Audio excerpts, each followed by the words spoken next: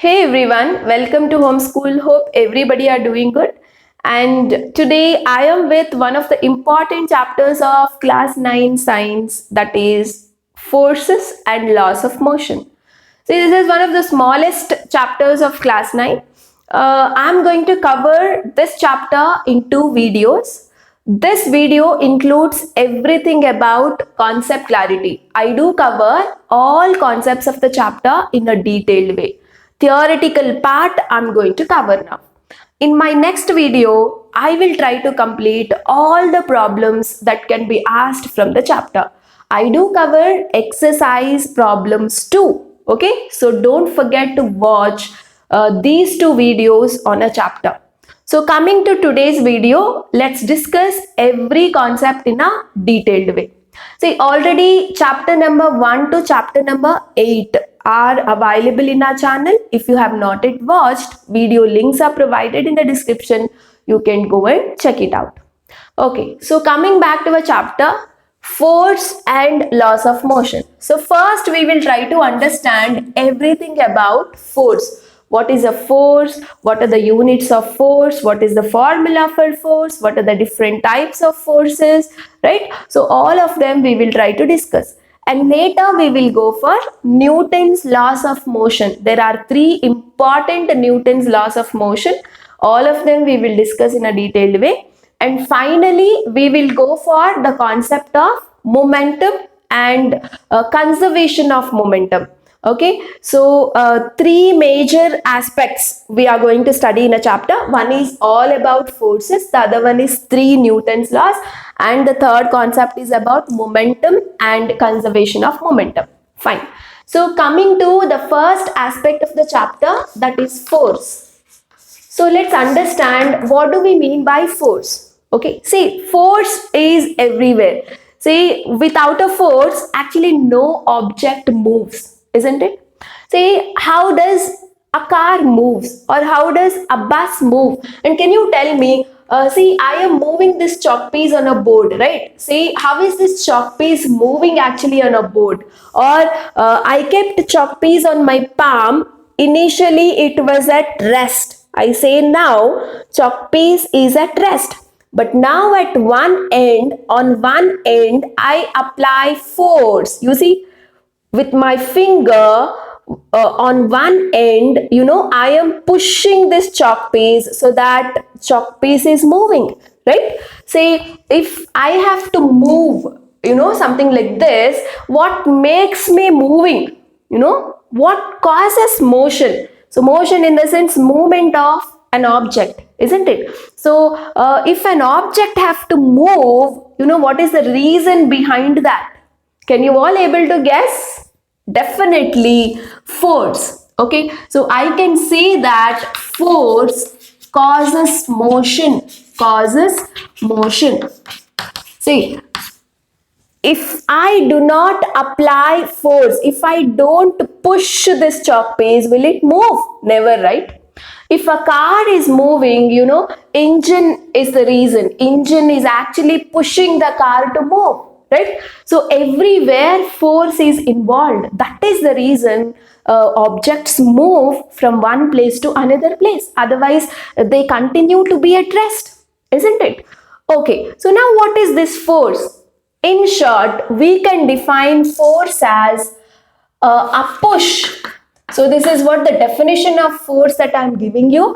A push or pull acting on an object. Acting on an object is called, force.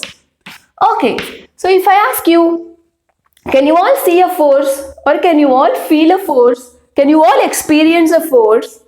Right? What's your answer? Generally, I say no. We cannot see force, right? Say, for example, I am applying force on one end, right? Okay, can I see that force? No, I actually cannot see the force. I cannot feel the force.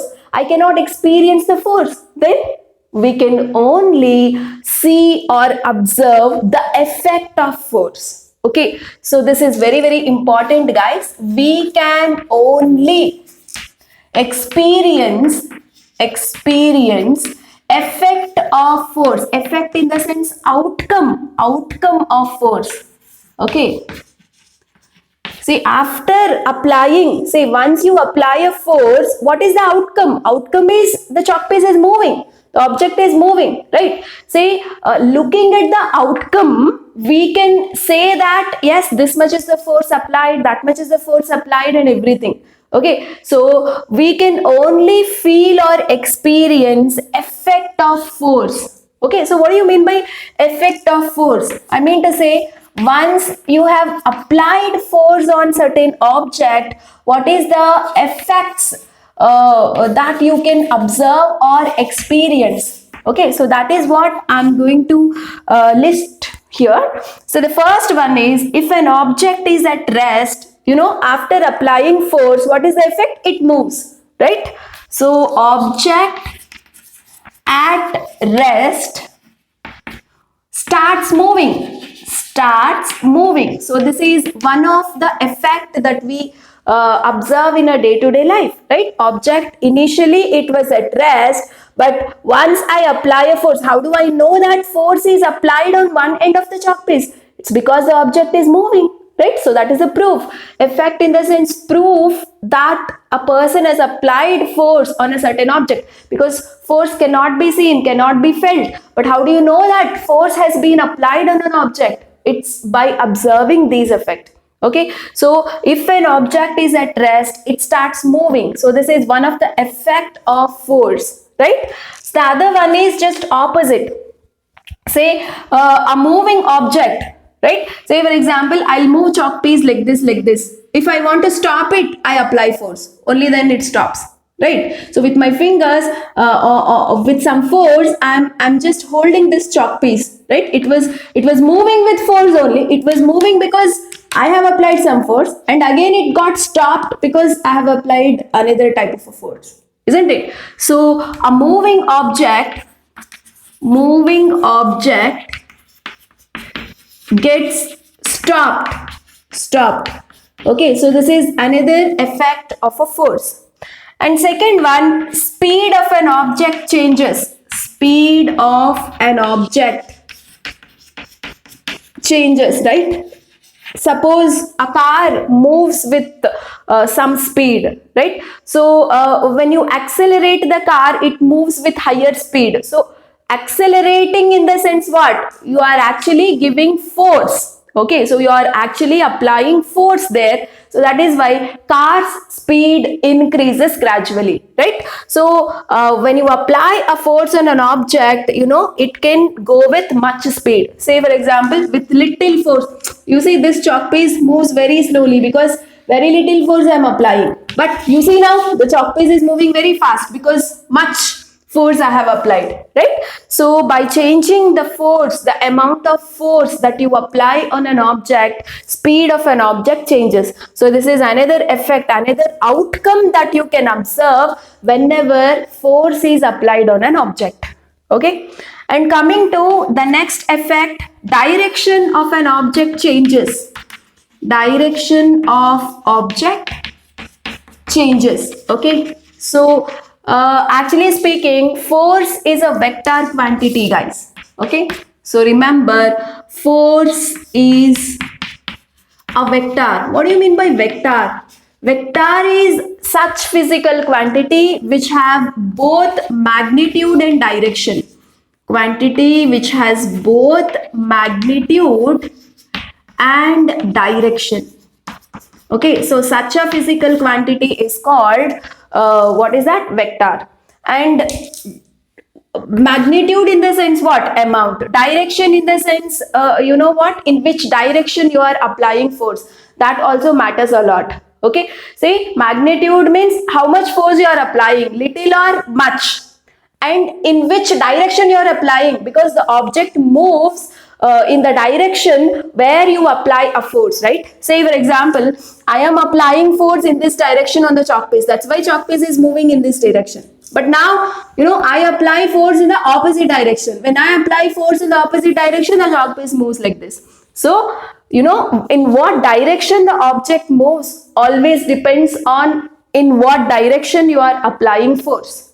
Okay, so that's why, force is always a vector quantity. So whenever you apply force, sometimes direction of an object also changes. And third one, dimensions of an object. Dimensions of object changes. So what do you mean by dimensions? It is shape of an object changes. If you take a spring, you expand a spring.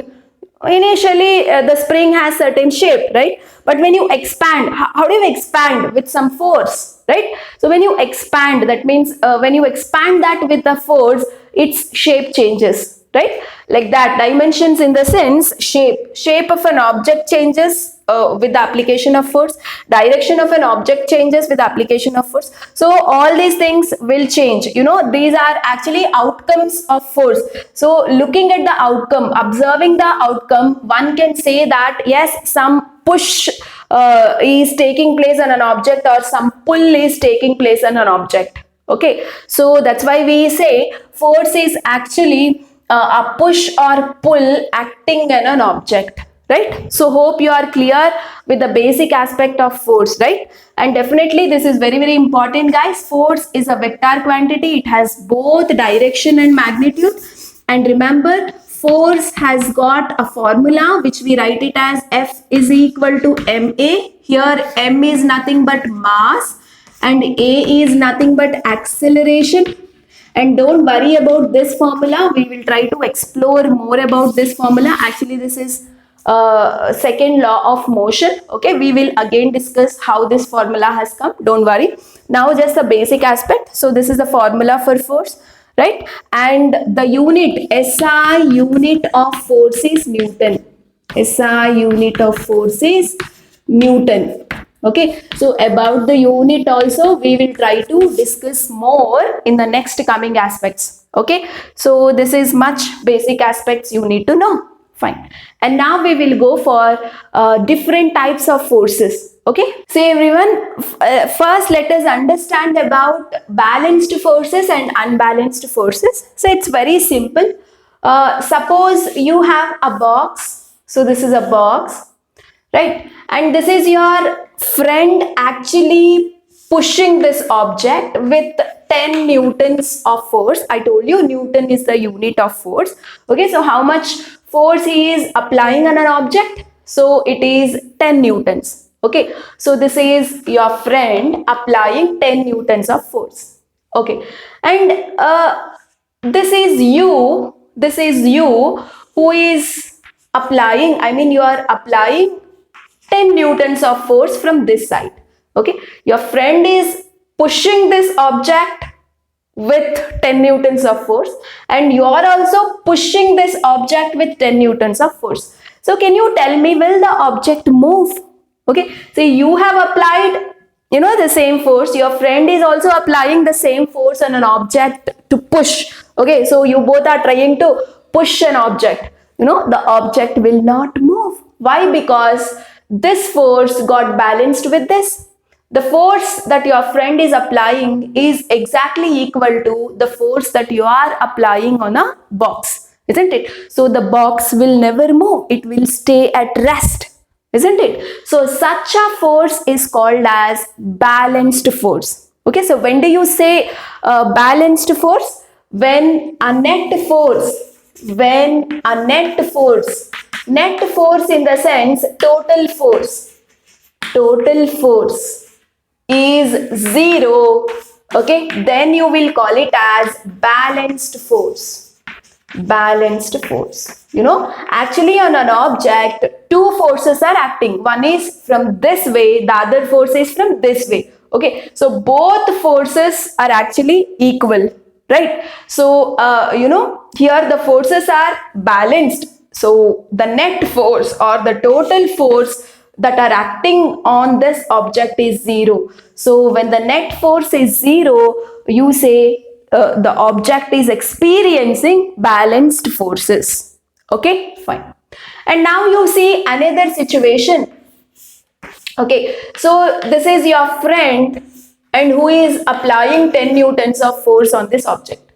And this is you who is also applying 10 newtons of force. Okay, see, your friend is applying 10 newtons of force and he is pushing it, and you are also applying 10 newtons of force and you are pushing it in the same direction.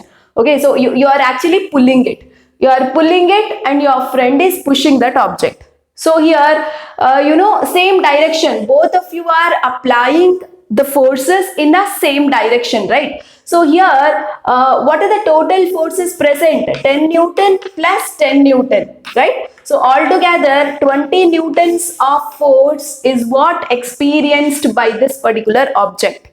Okay, so when the net force is not zero, when net force is not zero, then it is called as unbalanced force.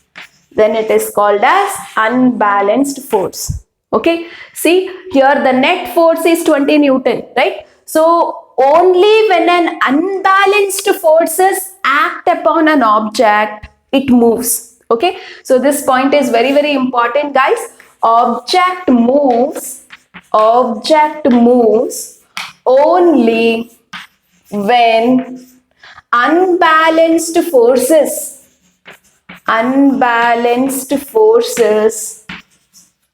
acts on an object. Okay, so when the forces are balanced, the object will not move. So in this case, object do not move, right? So when balanced forces are acting on an object will not move. So whenever the forces are unbalanced, okay, only then the object can move. Okay, so what type of forces lead to movement of an object? It is unbalanced forces. Okay, fine. So now I'll give you different situations and try to predict whether an object moves or not. Okay, fine. So this is a particular box, right? So from this direction I'm applying 10 newtons of force, and like this I'm applying 10 newtons. In this direction I'm applying 10 newtons of force, and here from up I'm applying 10 newtons of force, and from bottom also I am pushing with 10 newtons of force. So post your answer in a comment section whether an object moves or not. Okay, so how much is the net force here? Okay, so how much is the net force, and also tell me whether the object moves or not. Okay, fine. And now another situation you see. So here from this direction I'm applying 10 newtons of force. Then from this direction I'm applying 10 newtons of force. So from up I'm applying 10 newtons of force, and from bottom I'm applying 10 newtons of force. Okay, so here let me calculate what is the net force. If the net force is zero, it is balanced force. The object do not move, right? If the net force is not zero, it is unbalanced force acting on an object. In that case, the object always moves. Okay, so this is the homework for you. You are commenting your answer in the comment section, and this I'll explain. Okay, so suppose if this direction is a positive direction, okay, so force is a vector quantity, right? So I'll take moving right side is a positive direction and moving up side is a positive direction. Okay, fine. So here this is plus, I'm adding all the forces now. This is plus 10 newtons, okay, and this is also plus 10 newtons. Okay, and moving up is a positive direction, no? So this force I can take it as plus 10 newtons, whereas this force, you see, it's the force that is applied downwards, right? So this I will take it as minus 10 newtons. Okay, so the 1 plus 10 minus 10 gets cancelled, so total net force is 20 newtons. So the total force is not equal to 0 here, isn't it? Total force is not equal to 0. So when total force is not equal to 0, it is called as unbalanced force. Whenever unbalanced forces act upon an object moves. So tell me whether the object moves in this case or not. Definitely the object moves. Okay, so likewise you can calculate here also. Okay, so take this direction and up. Okay, these two directions are positive forces, the other two directions are negative forces. So that way you take down, you can calculate like this and decide whether the net force is zero or not. If the net force is zero, it's a balanced force. If the net force is not zero, it's unbalanced. Only when unbalanced forces are there, the object moves. Okay, so this is the concept of balanced forces and unbalanced forces. So now we will also talk about the different types of forces. Guys, we actually have two types of forces. One is a contact force, the other one is non-contact force. So I'll give you some general introduction about what do you mean by contact force and non-contact force. Okay, so broadly, forces are divided into two types. One is contact force, the other one is non-contact force, okay. So under contact force, the very first variety is called muscular force. So what do you mean by muscular force? Okay, you see, contact force is the force that arises on an object when an object is in contact with another object. Suppose this chalk piece which is there on my palm initially at rest. If I want this chalk piece to move on my palm, I should touch one end of the chalk piece with my finger. And with my finger, I should apply force. I should push this. Only then it moves, right? So what type of force it is? How this chalk piece is experiencing a force? When this chalk piece is in contact with my finger. Okay, so the force arises or the force experienced by the object when the object is in contact with another object. Okay, got to know? So such a force is called contact force. Clear? Fine. So contact forces are again various types. One is muscular force, you have normal force, you have tension force. All of them you will discuss in much higher level. Now I'll try to mention only two types of contact forces. One is muscular force, the other one is frictional force. So you should definitely understand about frictional force here. Okay, say muscular force in the sense just this. Say the chalk piece, if it has to move, if a chalk piece has to experience a force, it should be there in contact with my finger, right? So this with my muscle, with my finger, I am actually pushing this chalk piece forward. I have applied force on this chalk piece so that it is moving forward, right? So such a force we will call it as muscular force. Say you are lifting something, say chalk piece was here and I am lifting the chalk piece, right? So I actually I have touched this chalk piece with some force, I am lifting it up, right? Actually here my muscles are working to create this force. Okay, so such a force is called as muscular force. Coming to frictional force. Frictional force is the force that opposes the motion of an object. This is very important. This is a kind of a force that opposes motion of an object. So such a force is called frictional force. Okay, say for example, if the surface, the chalk piece, if I keep it on a rough surface, okay, so will it move very easily? No, right? Even though I applied some force, though I push the chalk piece, it will struggle to move if the surface is very rough.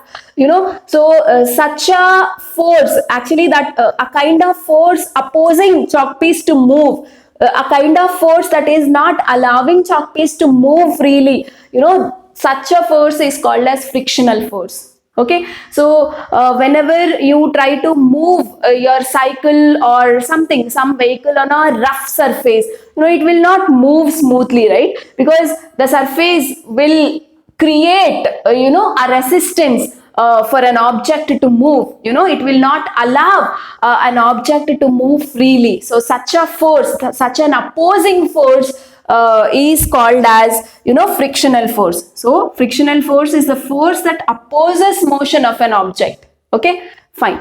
So these two are very, very important type of contact forces. And non-contact force. Under non-contact force, you will have three types of forces. One is gravitational force. Gravitational force, which you will study it in the next chapter, don't worry. Say actually, whenever I throw a chalk piece down, say I'm throwing a chalk piece, automatically it falls on a ground. Actually, the Earth's gravity, which we will call it as gravitational force, that is making the chalk piece to go down. Okay, say the moment I threw this chalk piece, it is going down only. It's because the earth force is pulling the chalk piece towards it. Okay, so such a force is called as gravitational force. Okay, so to act this force, to create this force, it's not that the object must be there in contact with earth, right? So it's not there in contact with earth, but still when I threw it, it is going down. Okay, so such a force that actually pulls everything towards the ground, is called as gravitational force. Fine. And next is magnetic force.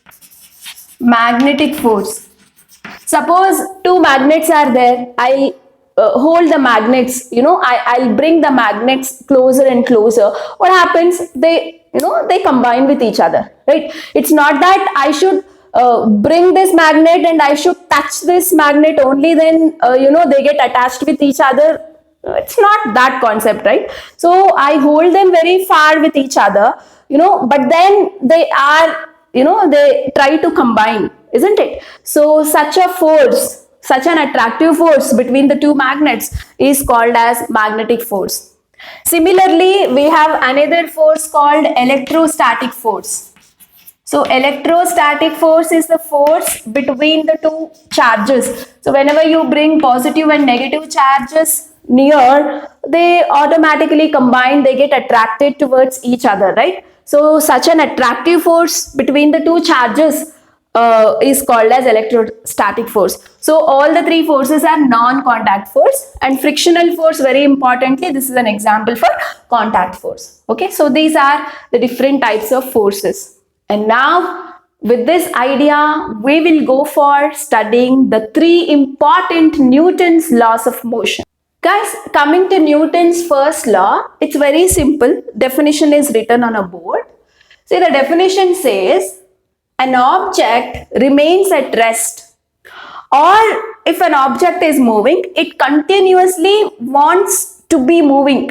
Okay, an object remains in a state of rest or in a uniform motion in a straight line unless an external unbalanced force is applied on it. Suppose this chalk which is there on my palm is at rest, and it will be at rest. Okay, so until and unless I disturb, it wants to stay at rest. It is at rest. It will be at rest, right? Till I apply some external unbalanced force. Okay, only when I apply some external force, it starts moving. Otherwise, it will be at rest. Or you can take a moving car. Okay, so moving car moves, and suppose if it is moving in a straight line with uniform velocity. Okay, so it always moves with uniform velocity till you increase the speed or till you apply some brakes. Okay, so when you apply brake, it will try to stop. Otherwise, it continuously moves with the same speed that you are driving with, right? So this is what we mean by first law of motion. So an object, it can be of any object.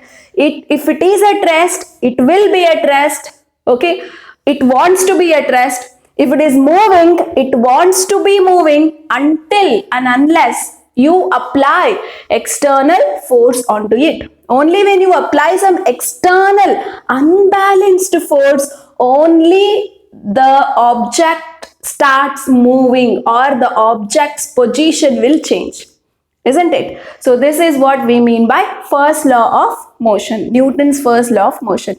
And this first law of motion is also called as law of inertia.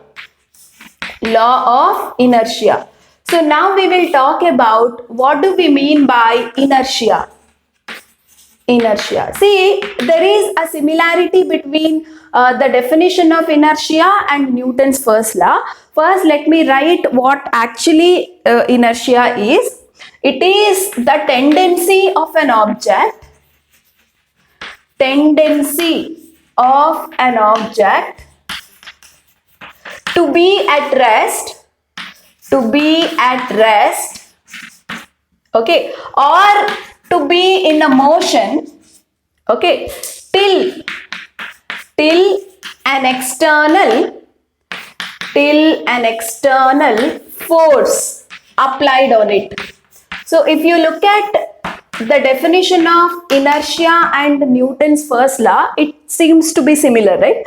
It is that ability of an object, or it is the resistance of an object to be at rest. Okay, if an object is at rest, it wants to be at rest all the time, until and unless you disturb it, until and unless you apply some force, it wants to be at rest. Or if an object starts moving, it wants to be moving always, until and unless you apply some external force. Only then some change can take place. Okay, so it is that tendency of an object to be at rest or in a motion till an external force applied on it. So that tendency or resistance of an object is called as inertia. See guys, the best example to show inertia, I took a tumbler, a glass tumbler, and I took a cardboard piece, and this is a coin, okay, and this coin I'll place it on this cardboard, okay, and this coin actually it is at rest. It is at rest and it wants to be at rest. I can prove that. Okay. See, now what I will do is I will just apply some force on a cardboard. I'll push the cardboard. Cardboard will flow away. Okay. But the coin will not go along with the cardboard. Coin is not going with the cardboard. Instead, it is falling into the tumbler. That means coin is at rest. It wants to be at rest. It doesn't want to move. That's why even when I apply some force on a cardboard, it's not moving with the cardboard. It is there on a cardboard, but it's not going along with the cardboard. It is falling into the tumbler. Okay, so this is what we call inertia. Inertia is there with every object. It is the inbuilt property. I can say inertia is a kind of laziness. Okay, so every object has a certain level of laziness. Say, as human being, we do have certain amount of laziness. Say, when we sit in a sofa and watch TV, we just want to sit and watch every time, until and unless somebody comes and disturbs us. Until and unless if we have any work, right? So, inertia is like inbuilt property of an every object. Okay, so if an object is at rest, it wants to be at rest. If an object is moving, it wants to be moving. It doesn't want to stop. Okay, so now let's see. I will just throw this cardboard. Okay, I will just apply some force on a cardboard. Cardboard will flow away, but the coin will fall into the tumbler. You see, right? See, I pushed the cardboard, it fell down, but the coin did not go along with the cardboard. Instead, it fell in the tumbler. That means coin was at rest on a cardboard. It wants to be at rest. Okay, so it doesn't want to go away with the cardboard piece. Okay, it is falling where? It is there in the tumbler. Right? So this is the best example of inertia. And one more example I can give you. Suppose you are sitting in a bus. Okay, so suppose there is a bus. Okay, so there is a bus and you are sitting in a bus. Okay, and the bus is at rest. You just went and you sat in your seat. The driver came. He will start the bus and he'll start moving the bus. So will you stay at rest, or will your body's movement changes? So the moment the bus starts going forward, okay, for a fraction of time, you go backwards. Imagine you are sitting in a bus, the driver just now started the bus. So the bus will try to move. For a fraction of time, you move backward. That jerk you will observe in your body. That means your body was at rest, it wants to be at rest. It's not ready to go along with the bus. So that's why for a moment, you will just go backward. Okay, so this is because your body has some amount of inertia. Your body is so much lazy. It is at rest. It wants to be at rest. Okay. So it is not ready to go with the bus. Okay. So that's the reason you go backward. You will fall onto a seat backward. right? So this is what the concept of inertia. So every object has inbuilt inertia, guys. It is a property of an object. Okay, so that's why it is the tendency of an object to be at rest. If it is at rest, it wants to be at rest always. If it is in a motion, it wants to be in a uniform motion. Okay, so till an external force applied on it. Okay, so that is called inertia. And actually, mass is a measure of inertia, guys. Mass. So you have mass is a measure of inertia. Okay. So if I ask you a question, does every body has same amount of inertia? No. Okay. Say an object with more mass has more inertia. An object with less mass has less inertia. Okay, say for example, an hefty person comes and stands beside me. Okay, say if somebody pushes both of us, who will fall first? I will fall first. The hefty person stands like that only. It's because he is more heavy, right? So the person is more hefty. So it's like the person with more mass, or an object with more mass has more inertia. So remember this point, guys. It's very, very important. An object with more mass has more inertia.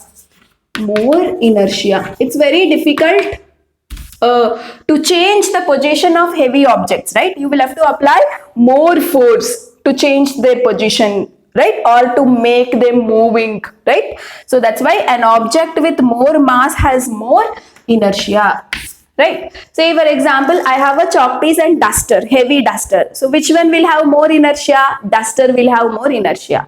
Big chalk piece, small chalk piece. Big chalk piece will have more inertia. Thin person, fat and hefty person. So fat and hefty person will have more inertia. Okay.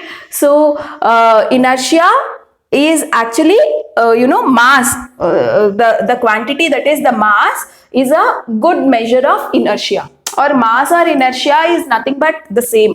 Okay. So weight is again different.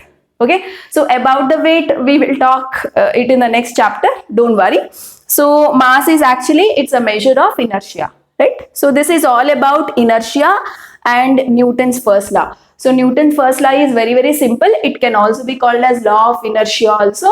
It's because, so both are similar here, look similar. So what is Newton's first law? An object remains at rest, or if it is in a motion, it wants to be in a motion until and unless some external unbalanced force acted on it. Okay, fine. So we understood everything about Newton's first law. Now we will go for Newton's second law of motion. Coming to Newton's second law, guys, it is the application, it is the next level of first law. So in our first law, we have discussed that until and unless you apply force, the object will not move, right? Or for a moving object, when you apply force, it moves faster. And to some extent, we understood the amount of force that we require to apply on a moving object depends on mass, isn't it? More mass you have for an object, more force you have to apply if you want to move such an object, isn't it? So based on that, we have this Newton's second law. Let's write it in a point wise. Newton's second law. So what I write in a simple terms is force required for an object to be in a motion. Force required for motion of an object. For motion of an object. Okay. Always that force actually depends on mass and velocity. Mass and velocity of an object. Okay, so this is really very, very important. Or in other words, we can say that the rate of change of momentum. So a new word for you, the rate of change of momentum is directly proportional to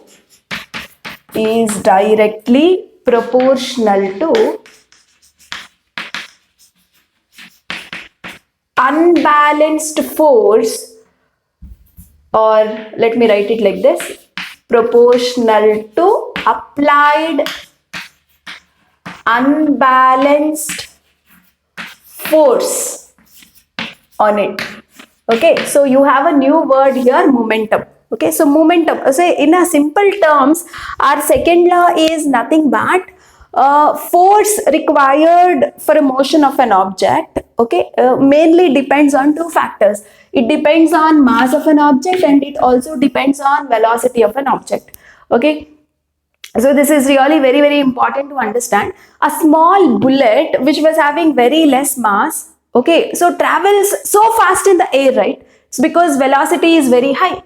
So you know what, all these are the bullet, a small bullet traveling in the air with very high velocity. This is application of second law itself, right? So various things that we see it in a day-to-day life is based on the Newton's second law. Okay, so always the force required by an object, always depends on the mass and velocity. And the product of mass and velocity itself, we will call it as momentum. Product of mass and velocity is called momentum. What do you mean by product? It's a multiplication. So mass and velocity is called as momentum. Momentum is represented with the letter P. Okay, so momentum is also a vector quantity. It has got both magnitude and direction. Okay, so product of mass and velocity is called momentum. And you see the statement, the rate of change of momentum. Rate of change of momentum is what? Suppose you have an object with mass m, so this object has initial momentum p1. Okay, so the object has final momentum p2, right? So what do you mean by rate of change of momentum? It is nothing but change of momentum, that is p2 minus p1 divided by t. Rate in the sense always something divided by t.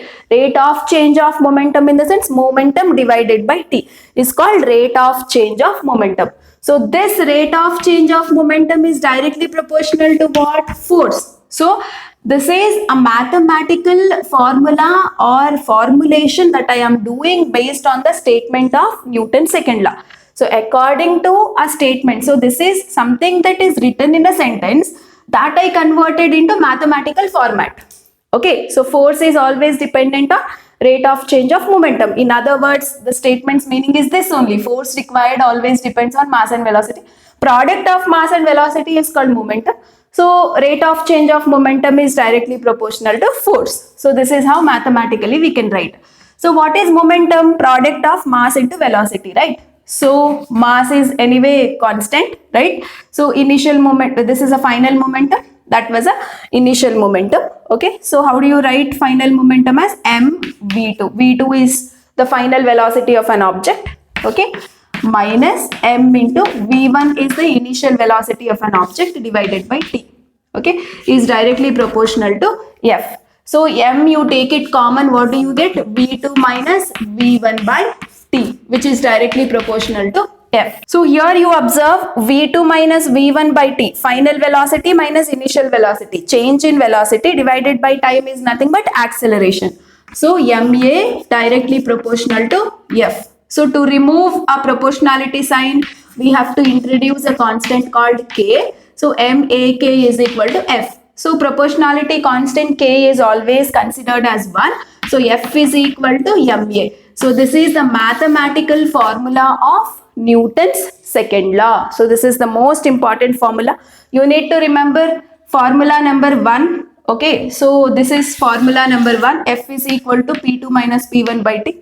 Next formula number 2 is this. F is equal to, I have written, I can write directly because K is the proportionality constant. Its value is 1. So F is equal to M into V2 minus V1 by T, this is second formula, this is the third formula. So based on these three formulas, problems can be asked that we will solve it in the next video. Okay, so this derivation is also important, guys. So this can also be asked for 2 marks. So this is really very, very important. So this is how this formula is derived. This is what we mean by, second law of motion. Okay, mathematical way of telling second law of motion. So force is always directly proportional to mass and acceleration. Okay, so more the mass of an object, more is the force that you will have to use. Okay, and the more force you apply, more will be the acceleration of a body, acceleration of a moving body. Okay, so that is what the meaning of this particular formula, right? And the unit of force, actually mass unit, standard unit is kg, acceleration unit is meter per second square, right? So this is the unit of force. This unit we can also call it as Newton. Okay, so 1 Newton is always is equal to kg, meter per second square, actually. Okay, so that is how you have got Newton as the unit for force, right? So this is all about the second law of motion. Now we will go for third law of motion, which is very simple. See guys, Newton's third law is very, very simple. Okay, so for every action there is an equal and opposite reaction, right? For every action there is equal and opposite reaction. Equal and opposite reaction is called Newton's third law, right? For example, you take a ball. With some force, you hit the wall that is there in front of you. With the same force, it will come back to you, right? So almost with the same force, but in a different direction, it is coming back to you, right? So one more example I can tell you. Say you have a rowing boat. Okay, so rowing boat. So here a person is standing and he want to jump. This is a sea and this is a big rock. He want to jump from this boat to this particular rock. What will he do? He'll stand at the tip with some force, he'll try to jump. So when he jumps with some force, so here the force is acting in this direction, right? Because the person is jumping in this direction. So with some force, he is jumping onto this particular block or a big stone. So the force is acting in this direction. But at the same time, you can observe one thing. When he jumped standing on the tip of a boat, the boat also start moving in the opposite direction, right? So there is some force applied on this object also, but in the opposite direction, right? So this is what is a proof for Newton's third law. So in simplicity, I can tell you, say there are two objects. So if this object exerts a force on, this is object A and this is object B. So if A object exerts a force on B object will not sit quiet. It will also exert force on A object. Okay. So this is what we mean by third law. For every action, see this object is exerting a force on B object. So this is action. Okay. There is equal and opposite reaction. So B object also will exert a force. So that is what we call reaction. This is action, this is reaction. But you see the force, this force is in this direction and the B object's force is there in opposite direction, right? So for every action there is equal and opposite reaction. So that's all about the third law. And coming to the last concept of the chapter, conservation of momentum. Conservation of momentum. Okay, so this is really something very important to understand. We all have seen momentum is nothing but mass into velocity, right? So every moving object will have certain level of momentum. Okay, so it is nothing but mass times the velocity. Okay, so usually how big is the momentum or how small is the momentum depends on mass and velocity. Okay, so every moving object will have certain amount of momentum, and this momentum is highly conserved. You cannot destroy momentum and you cannot create momentum. Do you remember law of conservation of energy? Energy can neither be destroyed nor be created, right? That is conservation of energy. Similarly, conservation of momentum is nothing but momentum can neither be created nor be destroyed. Okay, nor be destroyed, right? So this is what we mean by conservation of momentum. We can actually take one example here. Suppose if these are two balls, this is ball A, moving ball, so both balls are moving balls. Okay, so this ball is moving in this direction, even this ball is moving in this direction. This is ball A and this is ball B. Okay, and this ball has a mass ma and this ball has a mass mb.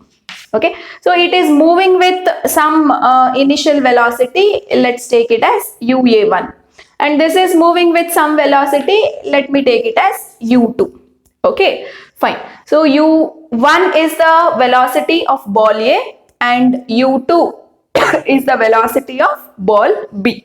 Okay, fine. And now both of them have collided. Okay, so they were moving, two balls were moving. At some point they collided and after the collision they start moving. Okay, so they both collided at some point. After the collision, they started moving again. Okay, fine. So after the collision, whatever the mass of A ball is there, that remains as ma, and after the collision, whatever the mass of B ball is there, that remains same, that is mb. Okay, but will the velocity remain same? No. With u1 this ball A was moving. After the collision, maybe its velocity might have changed. Let me take it as v1. Okay, so here again ball B's velocity also will change. It is not similar as initial velocity. So let the velocity be v2. Okay, so what is the momentum here before collision? What is the total momentum here? Total momentum of this body is what? Mass into velocity, no? So ma u1, right? Plus, I'm talking about total momentum before collision. ma u1 plus mb u2. So this is the total momentum before collision. So this will actually be equal to total momentum after collision. Before collision they were moving with some momentum, collided. After collision they started moving again, okay, with different velocity, but mass is same. Okay, so after collision the momentum of these bodies is ma v1 plus mb v2, right? So this is the momentum after collision. Right? So total momentum before collision is equal to total momentum after collision. Okay, so this is what we call the conservation of momentum. Just like conservation of energy and mass, momentum is also conserved. You can neither create momentum nor destroy momentum. You can only change it. It all depends on it directs towards the force. That's all. Okay, so this is all about the chapter, guys. So with this I completed all the concepts of the chapter. In my next video I will come up with all the problems that you get from a chapter. Let me solve all exercise questions and other different varieties of problems from the chapter. Okay, so do subscribe our channel to learn the concepts in a easiest way and in a detailed way. Thank you so much. See you all in the next video.